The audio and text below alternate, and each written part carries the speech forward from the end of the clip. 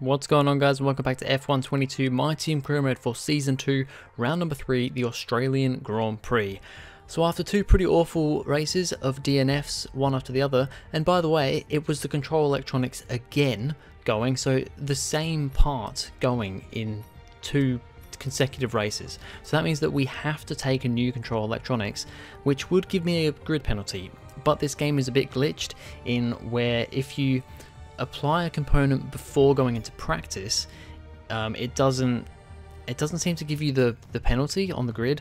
If you do it before qualifying, after you've already done practice, then it does give you the penalty. Usually I would do it before qualifying to, you know, not get an unfair advantage, but in this case I had to change it beforehand because otherwise I don't have a running car for practice. So I'm gonna say it right now, we're not actually gonna have a grid penalty for this race, but there's not really much I can do about it because the game is glitched in that way. It's an issue with the game, and you know, I usually make sure not to cheat, but in this case I literally couldn't do the race without changing the parts. So the only other thing I could have done was maybe, you know, going into quali I could have then put another, like a fourth control electronics on, but if the game's gonna have glitches like this, I'm not gonna, you know, be silly and mess around with it. So on this occasion, we're just going to get away with it. So that is the game's problem.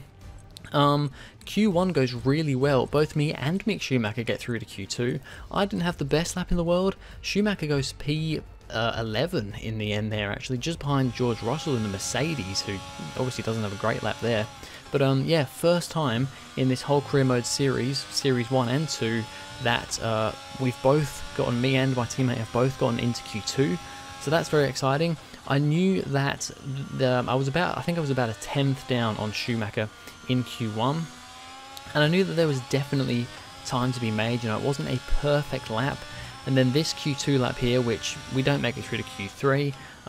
Of course, well, I say of course, we've never made it through to Q3 in this career mode yet. Hopefully soon we will be starting to make it through to Q3, but not quite yet. Maybe by the middle of the season, maybe even closer to that. Because this lap here was a pretty great lap. I feel like I pretty much nailed this. I don't think I could have done any better on this lap. And I mean, you would have seen the R&D a little bit before this. I was talking about the grid penalties and stuff. But basically we are now right there with Haas. And yeah, we're pretty much there in the midfield now. So it's kind of expected that me and Schumacher both got through to Q2. And you know, with the midfield as tight as it is, and we're now right on the heels of that, we could be in for a good result here. And sure enough, at the end of that lap, it's P11 for us in Q2. Not quite as good from Schumacher this time. I think he went about a tenth quicker than his Q1 time. We went about 5-6 tenths quicker, so it was a mega lap from us. P11 on the grid. This could be an exciting Australian Grand Prix. You can hear the Australian fans roaring as they line the track here at Albert Park. Welcome to Melbourne, and the roar from the crowd could only mean one thing. It's race day. Here we are then at the Albert Park circuit, 3.28 miles of bumpy city streets, but not a lot in the way of elevation changes. The circuit goes all the way around the lake, taking in 14 corners. Note the DRS zones into turns 1, 3 and 11. They'll offer our drivers a number of good opportunities to overtake.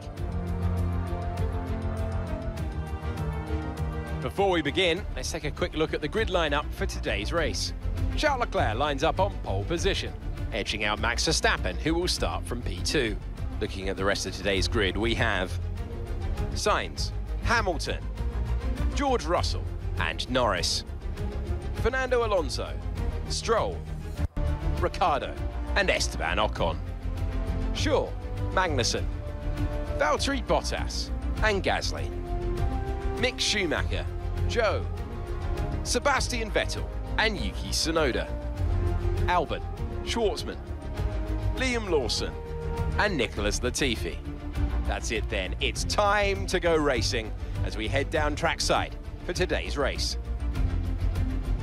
Natalie Pinkham joins me once again in the commentary box. It's fantastic to have you with us today. I'm curious though, how do you think the drivers stop those pre-race nerves from becoming overwhelming when you're lining up on the grid? Well, I imagine they'll be starting to feel the adrenaline as they anticipate the rundown into turn 1, a bit like preparing to go into battle.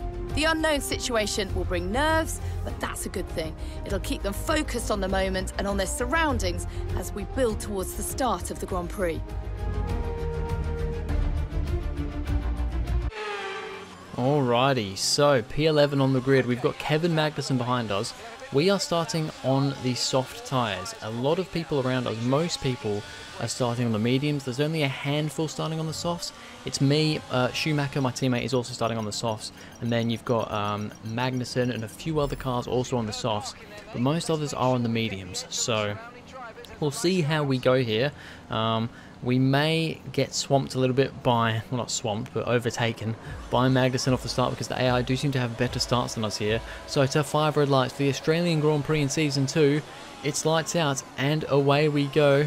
And sure enough, I mean, it's a good start on Ocon in front, but he's on mediums. Magnussen gets a blistering start and is already ahead of Ocon and myself. And now he's diving on Ricciardo into turn 1. We have Ocon around the outside. There's a little bit of contact between me and the Frenchman, getting a little bit argy-bargy on this first lap, but we've just about managed to stay ahead. We're going to go defensive. We're actually going to attack Daniel Ricciardo up ahead. I thought, starting on the soft tyres here, we've got to make the most of this start. So we've made the most of it, got into P10 now, into the points ahead of Ricciardo. Magnussen, though, has had a blistering start. He's now up into, what is that, P7, I think. He's ahead of Alonso and Stroll up ahead, up into P7 for Kevin Magnussen in the Haas. So he has had a brilliant start here, from 12th on the grid to 7th already. We're just checking for damage. Doesn't seem like we have any, though. Just a little bit of contact with the side of Ocon's car through those that first and second corner, but seems to be all fine as we continue on here. We've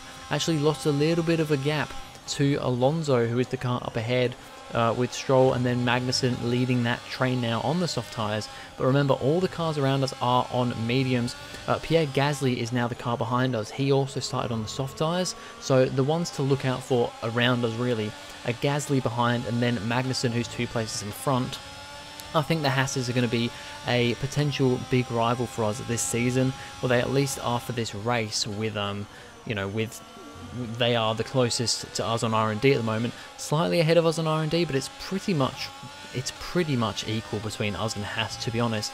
But at the moment, despite us out qualifying Magnussen, he is blistering away at the front. And you know what? By lap 3, we're struggling a bit here, because now DRS enabled, a little bit of a DRS train. There's actually a lot of cars in a short amount of space, but yeah, we just continue on. The leaders, though, have kind of run off in the lead. Charles Leclerc leads the way for Ferrari. Max Verstappen is going for a move, though, around the outside of this corner here, and Leclerc actually goes a little bit too deep into the corner, and that lets Max Verstappen go all the way around the outside, and he takes the lead of the Australian Grand Prix. He won here last season. In Season 1, it was his first victory of the season. He's already won both races so far this season, so he's trying to make it 3 for 3 at the moment. As further down the pack, we have one of the Alfa Romeos, I think it's Zhou Guanyu here, battling with the Williams and having a great little battle here, but Guanyu seems to have an issue or something, because he's really fallen off the pace there, and he might actually come under threat from Robert Schwartzman into the next corner. Not quite, manages to defend, and I think he was actually looking at a move on Tsunoda, I think it was, up ahead, but yeah, not the best start for Zhou Guanyu. As we continue on here, we go pretty wide through that next corner, just honestly pushing it so hard, and I think by this point the soft tyres are starting to go off just ahead of us at that same point in time. You've got Lance Stroll, who's managed to get ahead of Magnussen, and Magnussen now seems to be falling down a little bit as well. I think us soft tyre runners are starting to feel the pain of those soft tyres. We had a great, well, we didn't have an amazing start, to be honest, but Magnussen had a great start. We all on the soft tyres had better traction off the start, but now those soft tyres are going as Fernando Alonso also goes for a move on Kevin Magnussen, but Magnussen is going to defend this one a little bit more than he did, or he just can defend it more than he did from Stroll, and in the end Alonso can't quite get past, and now we are right at the back of these guys. But next lap around, lap number 8, we're coming into the pits for our first pit stop off those soft tyres, but we are still doing a one-stop race. because we're going onto a set of hard tyres for the end of the race here. See how that works for us. Of course, everybody else on the mediums probably doing a longer stint and then going on to the hards. So don't know how that's going to work out. We come out of the pits in between a battle of Liam Lawson and Nicholas Latifi. We end up coming literally right out in the middle of them, get caught out having to brake for Lawson, that we're actually now having to go defensive against Latifi. Of course, I'm on the hard tyres and I really need to warm these tyres up. They take a little bit of warming up. There's a car parked up on the left there. I think that's a Ferrari, but we've managed to just about defend from Latifi, but now we're going to want to get past Lawson because he will slow us down. As we have a look here at that Ferrari that was parked up, it is Carlos Sainz. He has not had a good race here. Had a better race last year from what I remember. I think it was actually his teammate Charles Leclerc who DNF'd in Australia last season. It's his teammate Carlos Sainz this time that has the DNF. Meanwhile, a little bit further on, we are now trying to get past Liam Lawson. We have a little bit of pressure from Latifi behind. I mean, these guys are on medium tyres, but we are on fresh hards, and now that they've warmed up, we're going to go for a lovely move around the outside on the long fast section here, and we're just deploying as much air as we can, try and get the move done before we get to this fast left-hander, and that puts us ahead of Liam Lawson, our teammate from last season, up another position. So I want to try and not lose much time to Magnussen, who is the car up ahead, and he's really the main one we're racing at the moment in this race. And then I guess Alonso, potentially Daniel Ricciardo, I think there was another car in there, Lance Stroll in the Red Bull. To be honest, didn't really expect to be racing a Red Bull, but he did not have a great qualifying and seemed to be a bit further down the order. As we have a look back at Zhou Guanyu again, as a car comes out of the pits in front of him, he gets a little bit caught over the curb of turn 1 and has a bit of a spin. It's not a full spin, it's more of just kind of, he somewhat catches it, but it still goes off into the grass. It's not a full 360, but yeah, not good from Zhou Guanyu there. He seems to be having quite a few spins and offs recently. He's yeah, not doing amazing. Neither is his teammate, to be honest. Alfa Romeo are a little bit nowhere at the moment, despite being on paper quicker than ours, quicker than Haas. I think they're even quicker than Alpine on paper. But anyway, we continue on here. I think we were just looking at Lando Norris, who's doing a pretty fine job actually, up in the top 3 at the moment. So Lando Norris looking for a good race here in Australia, as we continue on here trying to catch up to Magnussen.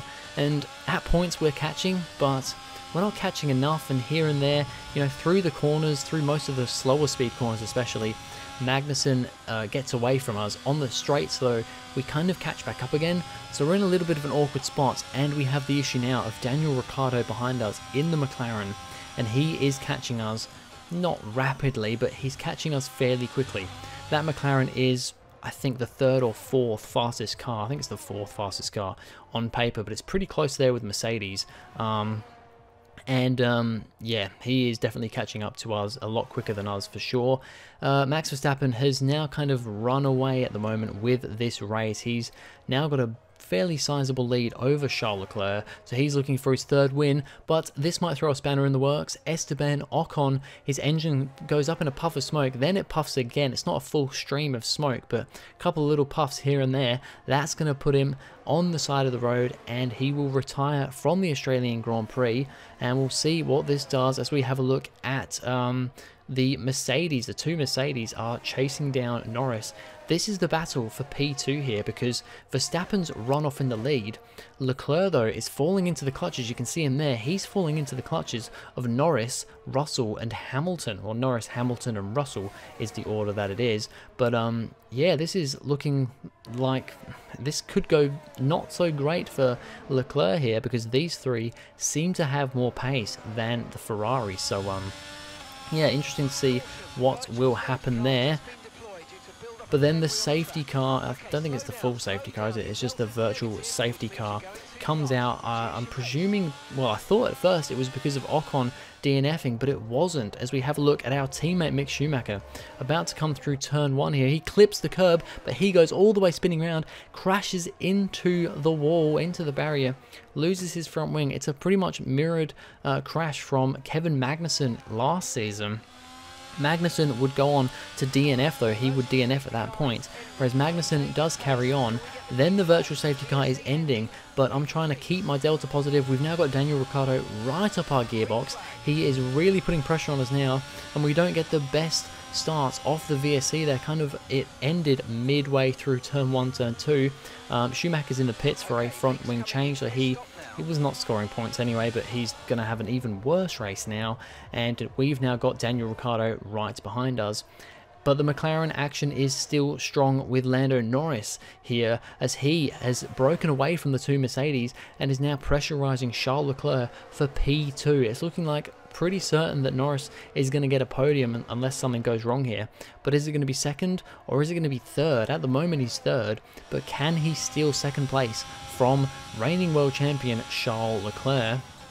These last few laps we're going rather defensive, but we're really pushing, and we've actually caught up to Kevin Magnussen. We can see him quite clearly up ahead of us now. He's only about just over a second and a half, I think, ahead of us, but we're having to go rather defensive and late braking moves on Daniel Ricciardo behind because he's in the McLaren, he's quicker than us, but as we run wide again through that corner, not quite as bad as we did last time, that's actually going to give Ricciardo a run on us as he goes to the outside on this lap, and we just squeeze him right out there and brake late and manage to stay ahead, because although Ricciardo's definitely a lot quicker than us through the corners in the McLaren, on the straights we can pretty much keep ahead of him. So we've just got to get good runs out of corners and good runs through corners. But the other McLaren of Lando Norris, he is now right up the bumper of Charles Leclerc. He's pretty much pushing him through this sector here in Sector 2. DRS enabled. Surely now he's going to go for it. He's going to go for the move around the outside, exactly where Max Verstappen made the move on Leclerc for the lead. It's pretty much it's the exact same move. Norris is up into P2. That is great work from the McLaren driver, with Leclerc down to P3 and now going to have to defend from the two Mercedes of Hamilton and Russell. We continue on here, just trying to keep ahead of Ricciardo. He's put a lot of pressure on us in these last few laps. We've lost a few tenths to Magnussen ahead, but you know, because there was a point where I was, you know, obviously really defending from Ricciardo. As you can see, he's right there with me on this final lap trying to get past. I'm just putting my car in the best spot possible to not let him pass. There was a point where I was also trying to attack Magnussen, but in the last couple of laps, I just had to focus on defending from Ricciardo. That let Magnussen go up the road a little bit further, but we're going to come home for P9, our first points finish of the season here in Australia. It's our first finish, full stop, of the season, because we had DNFs in Bahrain and Saudi Arabia, but we finish here in Australia and we finish in the points. It's a good race, it's a fun race, and yeah, hopefully things will go good from here. Victory for the team from Milton Keynes then, after a quality performance. So, Natalie, what do you think helped them deliver this result? Well, this was a real team victory. They put together a solid strategy today that appeared well suited to the conditions out on track. The driver did everything that was expected of them in the moment to really execute the team's plan to perfection. A shining example of how F1 really is a team sport. Red Bull put up an outstanding fight for the front position today, and it's great to see it paid off for them. They do so much for the sport that you can't help but be delighted by today's race win. So Max Verstappen makes it 3 in a row, winning the Australian Grand Prix once again. Lando Norris comes home for a brilliant second place for the McLaren driver, considering McLaren isn't quite there. You know, Red Bull and Ferrari are very much at the top. Then you've got a bit of a gap to Mercedes, and then a little bit more of a gap to McLaren.